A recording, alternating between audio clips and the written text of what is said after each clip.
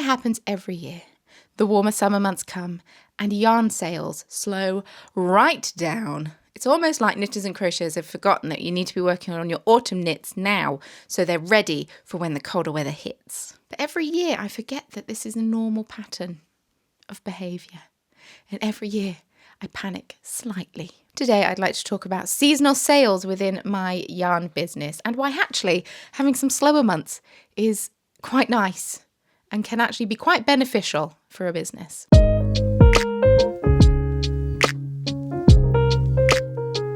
Hey there, it's Hannah. Welcome back to the Cozy Corner of Craft. Pull up a chair, grab a beverage, work on that project you work on whilst you're watching this video. How are you doing with it? Have you made any progress? I have something stuck to my lip.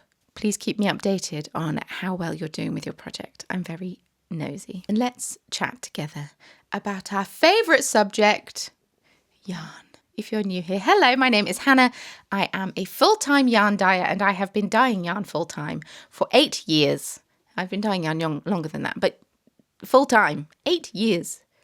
Bananas. Excitingly, I'm about to enter the slowest season for sales in my business. Many people think that sales are somewhat steady throughout the year with a small flurry at around Christmas time or the end of the year, depending on where you live, I suppose. But generally throughout the year, it's nice and steady and predictable. This is not the case. This is not the case at all. And if you're new to owning a business, having a couple of months where sales can be quite stressful. Let's walk you through what my year in business generally looks like. We'll start in January because it makes the most sense. January, for the last few years, I have done East Anglia Yarn Festival, which is at the end of March. So I am prepping, making stitch markers like my life depends upon it, which is actually quite nice when the weather isn't great in January. Less so with the dark evenings, but it's quite nice because you don't want to be outside and doing things. So beading in and bead weaving, lovely. But I'm prepping stock, I'm dyeing yarn, I'm twisting yarn, I'm bead weaving like Billy-O. I'm planning a collection. I usually have a collection that comes out at around the same time as East Anglia Yarn Festival. So once March is done and the collection is launched, then hopefully much of spring is spent dyeing up said collection if it sells. You never know though. In May, I sell advents for the following December, and usually I start dyeing them up in late May, early June. This year, very different because my June collection did very well. I had to do 2 rounds of pre-orders. I'll have a video coming out talking about the finances and everything. I did it last year and people seemed to find it interesting. So I'll do it this year as well. So I finished up the second round of dyeing of that this year. Last week, actually. Shipped all of that last week. Hooray! I usually also put stock from East Anglia Yarn Festival on my website. I didn't do that this year because I had a yarn show in June, which is also why things are a bit different because I had to make stock for the Wool Monty, which was in mid-June. Summer comes. It is generally spent dyeing up and twisting advent calendars. The dyeing up of and prepping mini skeins. The dyeing up of mini skeins, absolutely fine. Not an issue at all. It's the twisting of the mini skeins that takes so long. So then by the time September hits and autumn is peeking its little head around the corner, I'm still twisting mini skeins because it takes so long. Still twisting mini skeins, and then usually end of September, beginning of October, I'm starting to pack advents. Hooray! Finally! Starting to pack advents, and I ship them by the middle of October. In early November, I launch Christmas Eve cast-ons, and then which are a sock set usually, and I dye them and ship them by the middle of November. I try not to do too many of those because usually by the time advents are shipped, I'm so burnt out because they've been on my brain continually from usually January. So by the time Christmas hits and December hits, I'm quite burnt out, and then I'm ready to start working on East Anglia Yarn Festival stock if I've got in. Throughout the year, I have a Patreon. I've got a few different tiers on Patreon. I have the Biscuit Brew Crew where they pay and they get an extra video every single week. And then I have the Chai Latte tier where they also get that video, but they also get 3 mini skeins every single month. I dyed them up yesterday, a little bit later than usual, but I dyed them up yesterday, and this month's theme is inspired by like woodland fae folk. I'm very excited. I'm big into fairies. I was very big into fairies when I was a teenager, but yeah, I love fairies. In an ideal world, I'd also have an autumn collection. I always have like grand ideas for an autumn collection every year. I plan them out. I really want to do one of like cozy crime tropes. I kind of want to do a Only Murders in the Building collection. A thriller collection, not the song, but like the genre, because I love that genre of book. I thought that would be really, really fun, but every single year I'm so burnt out that I don't have the bandwidth to do it. Maybe this year will be different. Who knows? Unlikely. So why do sales slow down in the summer? It's true of other industries as well, not just the yarn industry. My husband is a baker. It's great. He sells on markets, and in August, a lot of the markets that he regularly does just stop completely. The markets are just cancelled because footfall is so low that everyone takes a break. Delightful. Summer generally brings nicer weather with it, although I am in England, so this isn't always the case. But this year, it has been. It's almost been too hot, but we won't go into that. That's not the point of this video. But it does mean that people generally go out the house. Mario was saying the other day, that's my husband, Mario was saying the other day that the ideal conditions for a market are overcast with the chance of rain, but no actual rain. That's what you want from a market, weather-wise, where people look out the window and think, oh, I won't go too far from the house then just in case it rains. Oh, there's a market on over in the next village over. Perfect, we'll just go there instead. That's what you want. But kids are off school, so time and money are being spent differently. It's being spent to make memories and having a lovely time all together and just going out for the day and enjoying each other's company, driving each other up the wall. People are travelling more, they're going on holiday. People generally do more activities together, and knitting and crocheting is much more a solitary hobby. There's less time to sit on the sofa. You also don't want to if it's hot, but there's less time to sit on the sofa and knitting because, you're going out, you're doing things. There's stuff to do all the time. And also, doing stuff all the time does mean spending money. So people have less fun money, yarn money, whatever. Yeah, no, it's still fun money. Money is being allocated differently, and that is absolutely fine. And because people are out and about more, they're on their phones less, hopefully. So they're not checking social media as much. They're not checking their emails as much. So any newsletters that a business sends out or any posts that a business does get lost because they're just not getting seen because people are not on social media as much. And I've noticed this actually in YouTube views as well. I've been doing YouTube for a really, really long time. The first YouTube video I ever posted was on the 1st of January, 2008. Yup. So actually wild to think about. Different channel than this one. This one I've had since 2013, which is also wild to think about. But I've noticed that in the summer, views take a bit of a dip because they're just not on their phones as much. We've lately experienced quite a few heat waves in this country. I'm not going to go on about it too much because I'm so sure you will tell me that 35 degrees isn't actually that hot and that you live on the surface of the sun and that we're all just being wimps. But it has been quite hot. And being hot means that crafting habits change. I'm actually working on a video at the moment about knitting and crocheting like through the summer and hot temperatures. Don't know if that's necessarily interesting, but I'll go into that more in another video, but I will still briefly touch on it here. No one wants to be knitting a big mohair jumper in the autumn. They don't want that sat on their knee. It's like having a blanket on your lap. It's just simply too hot. Honestly, I have not even wanted to knit a sock because my hands have been so sweaty that the yarn gets all sticky and horrible. I've not wanted to bead weave either for the exact same reason. Not to mention, I find it really hard to plan autumn projects or projects to wear in autumn when the weather is hot. I just can't do it.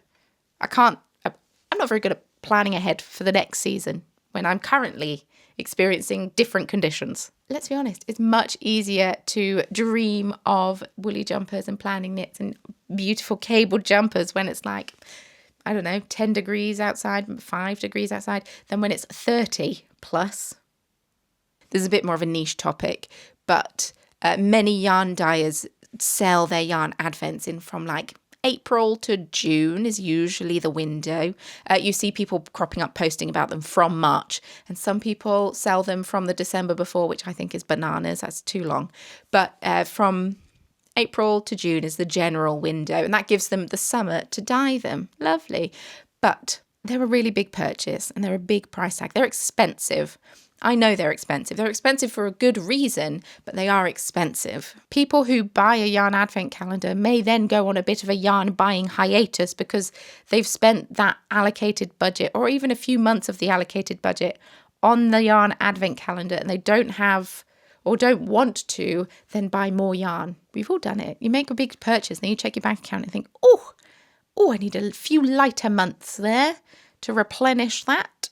Yeah, put myself on a bit of a buying hiatus. Now, I've been in business for 12 years, so I know logically why sales slow down, but it doesn't stop the nerves creeping in. Refreshing Shopify or checking your orders and seeing how different it is compared to 2 months ago, 3 months ago, that's not going to help you with this feeling. It's not going to make you feel any better. It's just going to make you feel like you're doing something wrong and go into overdrive to try and fix the problem, when the problem isn't you, is that the problem is that your customers are doing something else. Not every dip in sales necessarily means your business is failing. Slower summer months doesn't necessarily mean a crisis for your business. So how do I prepare for this inevitable slump?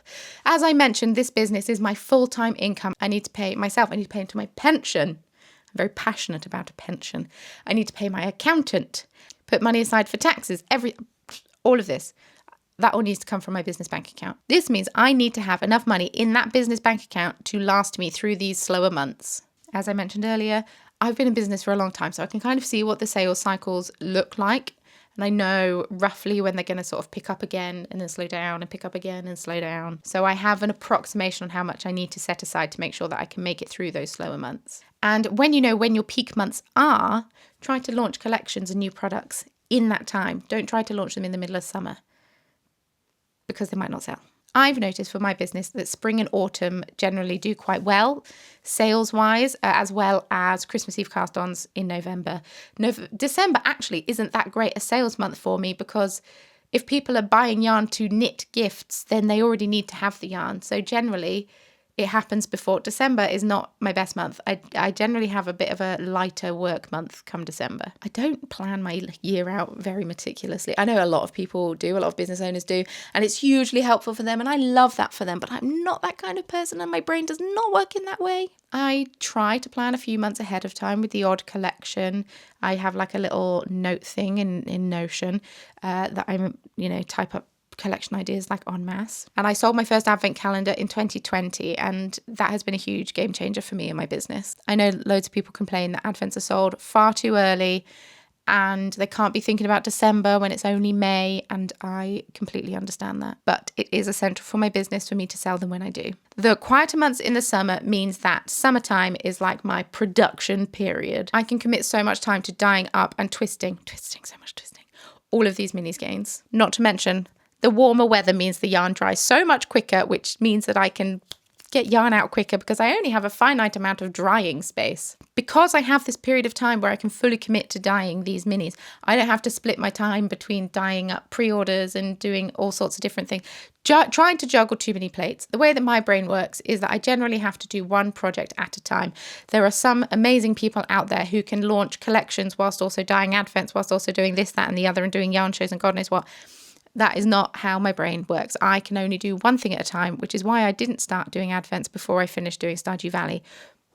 I can't do it. But the slow season of summer means that by autumn, they're all twisted mostly twisted. They're all dyed anyway, mostly twisted. And I can focus on packaging and making sure they're shipped out in a timely manner. I try to allow 6 weeks-ish. Full stop. I try to allow 6 weeks for something to arrive, because if something gets held up in customs, I can't do anything about it. I know some people ship them in the middle of November, and that's fine and lovely for them, but I couldn't do that. That's too stressful for me. You can also make the most of this quiet time. If you don't do advents, you can also make the most of this quiet time doing essential business things. Before I had an accountant, I used to like to make myself a week PIMS and sit and do my taxes outside in the garden. It had to be a week PIMS. I had to keep my wits about me. But it did make doing taxes, which is a horrible task, much more fun. And it meant that they were done well ahead of the 31st of January deadline. I have an accountant now, so I don't get to do that anymore. Sometimes I miss it. Other times I'm extremely grateful. But you can also take this time to, if you make content, plan some content, you can script some videos, you could get a Pinterest board up and make some different new collection ideas and new product ideas, things like that. You could plan Christmas if you haven't already started. To stop myself from panicking about lack of sales, I try to switch my focus onto something else, the community. Community has always been a really important part of my business. It's one of the reasons I love doing YouTube videos like this, because it allows me to find my community and allows me to chat to all of you, and you all leave lovely comments and I respond to the lovely comments and we all have a lovely time. I do think that community has fallen by the wayside a little bit within my business, especially since having my toddler, just because before I had her little bundle of joy. Before I had her, I worked 7 days a week. My husband worked so much as well because he was just starting up his business. He worked so many hours, and therefore I had a lot of time to put into the community. I don't have as much time anymore, and it makes me really sad sometimes. I want to start focusing on posting the projects that I'm working on a bit more on social media.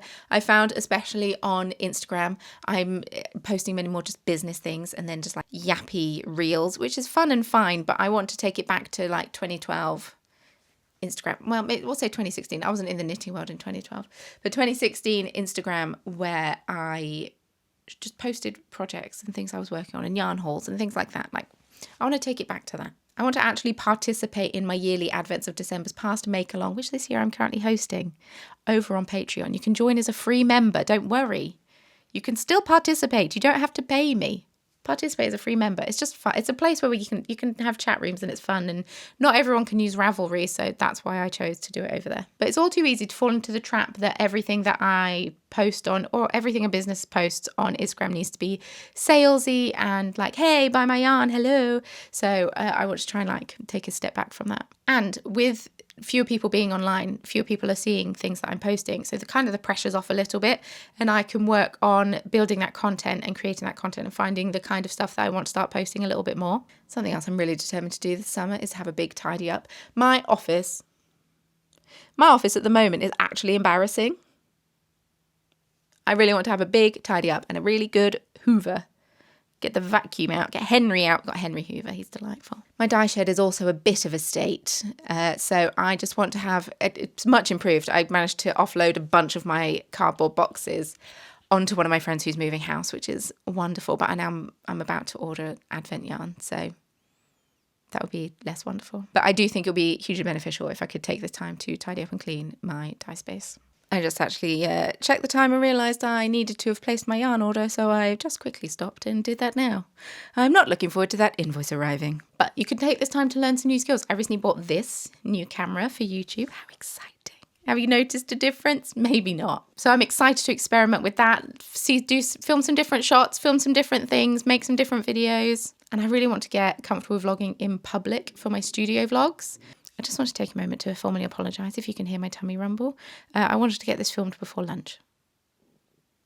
My stomach is complaining. Realistically, I know that I'm going to spend this time prepping yarn, dyeing yarn, twisting yarn, and that all of these grand plans that I have might not come into fruition, but it's always good to have a backup plan if I do find myself at a loose end. What I'm trying to say is, it's good to take a slow season and reframe it slightly, not thinking, look at what I'm lacking, but look at what I'm gaining, which is easy to say if you've financially planned for it, but stressful if you haven't. Slower seasons can provide that recovery time if you're a bit burnt out from a collection doing really, really well, for example.